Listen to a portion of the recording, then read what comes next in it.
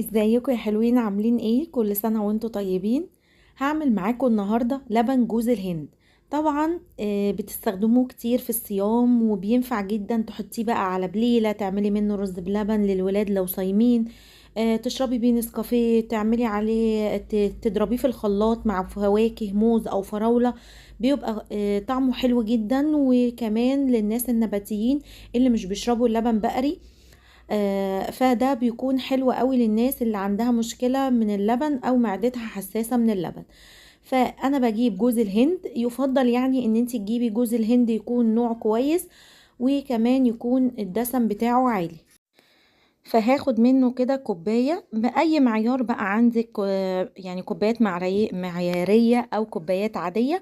هحطها في الكبة بتاعة الخلاط، المطحنة الصغيرة.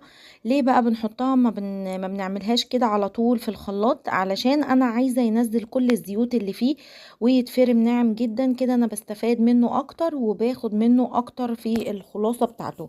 فحطيت نقطتين تلاتة كده من المية علشان بس الكبة تمشي. يعني بشتغل على مراحل، يعني بحط شوية وادور وبعد كده انزل الجوانب زي ما انتوا شايفين كده. وعايزاه يتعمل زي البودرة خالص. فهو كده نزل الزيوت اللي فيه. بس انا الجوز الهند اللي كان عندي ما كانش كامل الدسم، كان جوز هند عادي. فلو انتي قدرتي تجيبي اللي هو كامل الدسم هيكون احسن كمان. هحط عليه بقى مية مغلية بنفس الكوباية. كوباية الجوز الهند هحط 3 كوبايات من المية المغلية. تقدري تحطي 4 كوبايات لو انتي مش عايزاه تقيل ومركز قوي. فانا كنت عايزاه تقيل ومركز فخليتهم 3 كوبايات بس. وحاولي لما تيجي تعملي اول باول، يعني علشان ما يبص معاكي في التلاجة. بعد كده ضربته بقى في الخلاط جامد قوي. مجرد ما بتضربيه خلاص هو كده كده كان مفروم ومطحون في الكبة. فهتاخدي منه الخلاصة على طول. سبته بقى ده كده بعد ما ضربته. شايفينه عامل ازاي في الشفشق بتاع الخلاط؟ التقل بتاعه. هسيبه بقى لغاية ما يبرد بس شوية، وبعد كده هبتدي ان انا اصفيه علشان التفل بتاعه ده انا مش محتاجاه. لو انت هتعملي بيه جوز رز بلبن، لا سيبيه زي ما هو كده وحطيه في الحلة وتحطي عليه الرز بقى وتعمليه بالطريقة العادية بتاعتنا.